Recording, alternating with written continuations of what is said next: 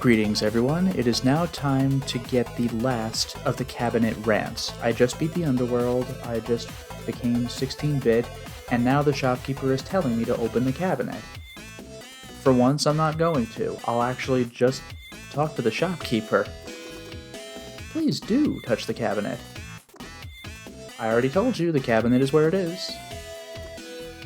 Believe me, you are ready for what's in there. Yeah, this is all a reversal of that first time. There's no skeleton in there, I promise. Hey, do open it. It's not empty. I already unlocked it. Why don't you put that curiosity to good use and open the cabinet already? If you don't open the cabinet, soon you'll have to sit through my boring story. I'm warning you, it's boring. It's philosophical. I'll even remove your ability to skip what I'm saying. This is your last warning. You better make sure you have some time ahead of you if you're going to keep doing that. Alright, let me share with you my understanding of Madame Melody's work. After observing so many humans over such a long period of time and reading as much as I could, some trends inevitably came up. One thing we all have in common is the need to feel like we have value, power, and abundance in our lives. Now, like many things, there are functional and dysfunctional ways to go about these. Say you are dysfunctional. Your sense of value may come from the approval of others, making you dependent on seeking attention, begging for others to tell you that who you are is adequate. You will feel good when you receive positive feedback, but always be one negative comment away from having your day ruined. Now, about power. Dysfunctional people get a sense of power by exercising control over others, sometimes right down to policing the way they talk, or who they engage with.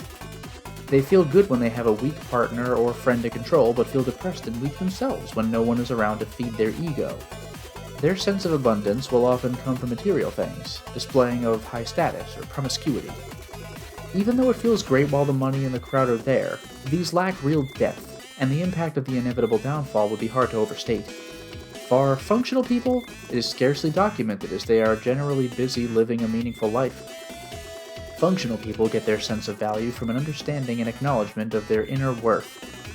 Their sense of power comes from an ability to self-contain and let others be who they are, while protecting themselves when needed.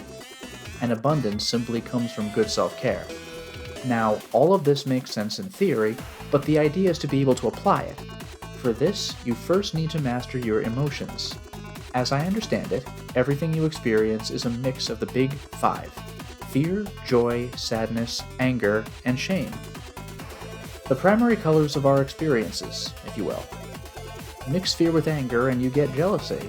Too much sadness in your joy will make you melancholic.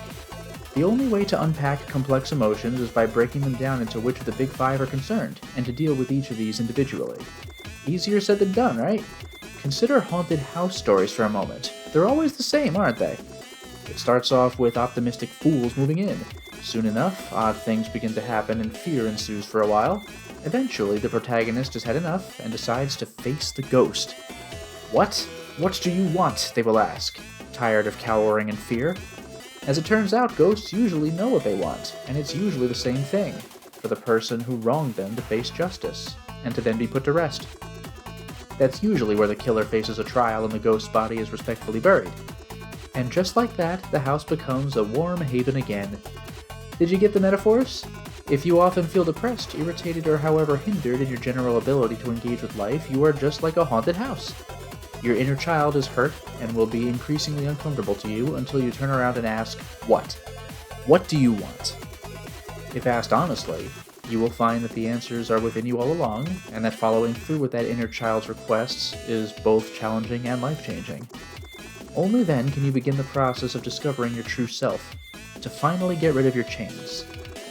These were my final ramblings. Please keep in mind that I am but a shopkeeper.